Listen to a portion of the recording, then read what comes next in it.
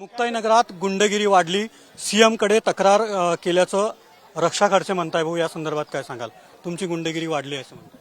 माझ्यासारखा संत महात्मा वारकरी संप्रदायातला माणूस गुंडगिरी करेल? त्यांचा काही चष्मा बिघडला, त्यांनी तो चष्मा दुरुस्त केला पाहिजे, पण हरकत नाही. पण नुसती चौकशी करून म्हणजे नुसती तक्रार करून जमणार नाही. SIT लावली पाहिजे आणि SITच्या माध्यमातून खऱ्या अर्थाने सगळे जे गुन्हेगार मुक्ताईनगरमध्ये असतील, कायदा सुव्यवस्था बिघडत असतील, समाजामध्ये दुही निर्माण करत असतील, अशावर त्यांनी कारवाई केली पाहिजे. हे चॅलेंज त्यांच्यासमोर आहे, आव्हान आहे त्यांच्यासमोर. तर ते 12 वर्षात करू शकले नाही, कारण त्यांना असं वाटतं 12 वर्षापासून माझी गुन्हेगारी आहे, तर आता मंत्री झाल्यावर तरी ते करतील अशी अपेक्षा मी ठेवतो. गुंडगिरी मतदान नाही झालं तर घरात घुसून हे मारतील असं देखील 2014 मध्ये मार खाल्ला यांनी. 2014 मध्ये मी थोडक्या मताने पराभूत झालो होतो, त्या टायमाला घरात घुसून मारलं होतं. तो प्रश्न विचारला पाहिजे त्यांना. तुम्ही 200 ते 300 कार्यकर्ते घेऊन बोगस मतदान जे झालं, आता तुम्ही जो आरोप केलाय त्यानंतर तुम्ही 200 ते 300 मोटरसायकल घेऊन गावात फिरताय, एकनाथ खडसे म्हणताय. कोण एकनाथ खडसे? तो संपलेला माणूस, त्याच्यावर काय बोलायचं? मंत्री महोदय काय बोलताय का त्याच्यावर बोलू आपण? युतीमध्ये त्यांनी मुख्यमंत्र्यांकडे तक्रार केलीचं म्हणताय, तुम्ही शिंदे साहेबांकडे तक्रार? मी तक्रार माझ्या विरोधात केली ना, माझ्या विरोधात तक्रारीची चौकशी होईल त्या टायमाला त्याला उत्तर देईल. मी शिंदे साहेबांकडे का बोलू? जर मी कशात दोषी नाही, कशात काय नाही, आणि तक्रारी त्यांनी केल्या असल्या तर तुमच्या गावामध्ये छोटीशी लढाई झाली तरी NC दाखल होत असते, भांडण झालं तरी NC दाखल होते, कायदा सुव्यवस्था प्रश्न निर्माण झाला तर पोलीस त्याची दखल घेत असतात. मग जर गुंडगिरी असतील तर पोलिसांच्या एक हुजू नावाचं रजिस्टर असतं, त्याच्यामध्ये पूर्ण डिटेल शहराचे चांगले वाईट लोकांच्या संदर्भात डिटेल असतं. त्याच्यामध्ये काय उल्लेख असेल, प्रशासनात कुठे उल्लेख असेल, SIT नेमा, चौकशी होऊन जाऊ द्या, आणि पॉवर्स तुमच्याकडे जाऊ द्या. अंदामान निकारवारला मतदार केल्याचा आरोप करताय, हे कार्यकर्ते शिवसेनेचं असल्याचं रक्षा खडसे देखील म्हणताय आणि एकनाथ खडसे देखील. त्यांचं काय जडी तडी पाशाणी शिवसेना दिसायला लागलेली आता, कारण दुसरा पक्ष घरातच आहे, एक पक्ष घरातच आहे, त्याच्यावर त्यांचं तर काही त्यांना चॅलेंज नाही. शिवसेनेच्या सामान्य कार्यकर्ता एका प्रस्थापिताला इतका गाव गल्लीत फिरायला लावतोय, त्याच्यामुळे त्यांना ते खूप दुःख आहे. त्यामुळे शिवसेना संदर्भात काही पण ते बडबडताय, आणि शेवटी काय वैफल्यग्रस्त झाल्यामुळे काय बोलतील याच्याकडे तुम्ही खूप जास्त लक्ष देता यार, असं मला वाटतं. गिरीश महाजनांच्या टीकेनंतर खडसे सुद्धा असे बोललेत की मी भाजपाला मतदान करण्याचं म्हणजे विजयासाठी प्रयत्न करण्याचं म्हणताय. नाही, त्यांनी करावं. नीतिमूल्य ज्याला नसतं तो फक्त फॅमिली फॅमिली फॅमिली परिवार करतो, वैयक्तिक स्वार्थ करतो. आपण एखाद्या पक्षात, राजकीय पक्षात जातो तर एखाद्या विचाराने जातो, आणि तो विचार सर्वसामान्यांचा असतो, तो विचार एका राष्ट्रीय विचारधारेचा असतो.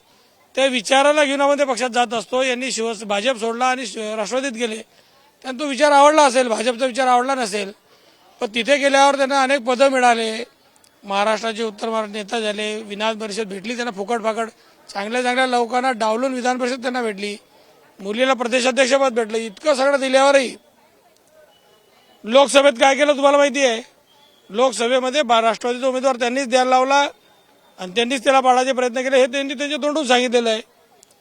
त्याच्यामुळे आज भाजपच्या विजयाचे प्रयत्न करताय, उद्या कोणाच्या विजयाचे प्रयत्न करतील त्यांना काही सांगता येत नाही. शेवटी अप्पलपोटी माणूस आहे, त्याच्यावर काय चर्चा करायची? दहशत निर्माण करताय म्हणून मी खडसे कुटुंब म्हणून मैदानात उतरलोय या निवडणुकीमध्ये. ते सांगतात दहशत खूप वर्षापासून आहे, मैदानात बी खूप वर्षापासून उतरले. मग काय झालं?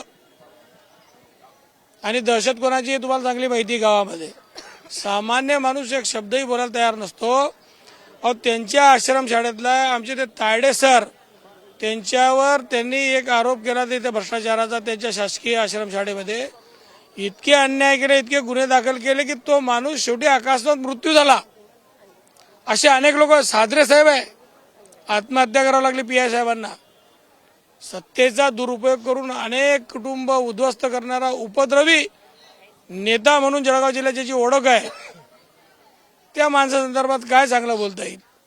शेवटचा प्रश्न, एकनाथ खडसे सातत्याने भाजपला कुठेतरी त्यांचं नाव याच्यातून निघतोय, भाजपला मतदान करा, त्यामुळे वॉशिंग झालं. मी देखील वॉशिंगमध्ये म्हणजे भाजपमध्ये गेलो असतो तर स्वच्छ झालो असतो असं म्हणतात.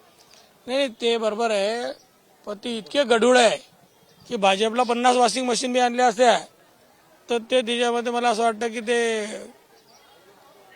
चारित्र्याने क्लीन झाले नसते. त्यांच्यासारखा माणूस, त्यांना भाजपमध्ये इतके भाजपत जाण्यासाठी उत्सुक झाले, भाजपने घेतलं नाही. याच्यापेक्षा दुर्दैव काय आहे. आणि आता राष्ट्रवादीत बी नाही, भाजप बी नाही. एक म्हण आहे काहीतरी, ते म्हणांमध्ये जातीचा उल्लेख येतो, ते कोणतं कुत्र कुठे नाही, तसा विषय झाला आहे तो. एकीकडे 3 हे नेते आहेत. रक्षा खडसे झाल्या, रोहिणी खडसे झाल्या, एकनाथ खडसे या निवडणुकीमध्ये एकत्र आहे. तुम्ही एकत्र या ठिकाणी होता. मी आणि माझी शिवसेना आणि बाळासाहेब ठाकरेंचे विचार, मुख्य नेते शिवसेना एकनाथ शिंदे साहेबांचे विचार, हे विचार घेऊन मी चालतोय. असे कितीही आले तरी त्याला मुक्ताईनगरची मतदारसंघात जागा दाखवेल.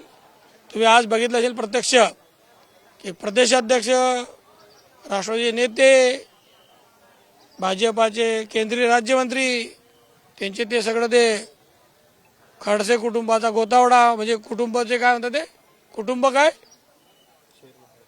कुटुंब गुलाम, ते सगळ्यांनी इतकी मोठ बांधली. येणारा आता 30 तारखेला उद्या निकाल होता, तो निकाल काहीतरी मला होता 21 तारखेला झाला आहे, त्या दिवशी लक्षात येईल. बोगस मतदान नेमकं कोणाचं? मुक्ताईनगरमध्ये सगळ्या मला असं वाटतं की सगळ्या शैक्षणिक संस्था त्यांच्या आहे. एक SM कॉलेज प्रतिभाताईंची जर सोडली त्यांची आहे. त्याच्यामध्ये मलकापूरवरनं, त्याच्या भुसावळ तालुक्यातून, इतर तालुक्यातून जे मतदार इथे येतात 18 वर्षाच्या वरचे असतात, त्यांचे मतदार ते नोंदणी करता इथे. त्यांच्या सर लोकांना खास काम दिलं आहे, नोंदणी करता, त्यांचं आय कार्ड पण इथलं करता आणि त्यांना इथे मतदानासाठी आवर्जून बोलवता, प्रेशर टाकून करून बोलवता. आणि हे आज नाही, वर्षानुवर्ष चालू आहे. म्हणून काल मला काय सभेत बोलावं लागलंय. तेवढं हे सगळं बोगस मतदान करण्याचं कुभांड, याला दबाव टाक, त्याला दबाव टाक, त्याच्या घरी जा, त्याला काही धमकी दाखव, त्याला पैशाचा आमिष दाखव, त्याला रुपयाचा आमिष दाखव, या सगळ्या गोष्टी करून मतदान कसं जिंकायचं एकमेव फंडा त्यांचा असतो. बाकी त्यांच्याकडे काय आहे दुसरं. मुक्ताईनगरात राजकीय वातावरण तपलेलं आहे.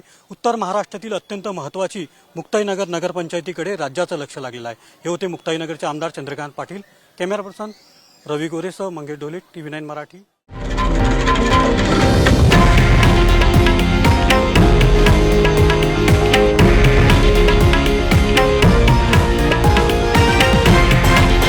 हे आहे देशातील नंबर 1 न्यूज नेटवर्क आणि आपण पाहत आहात TV9 मराठी, एकमेव.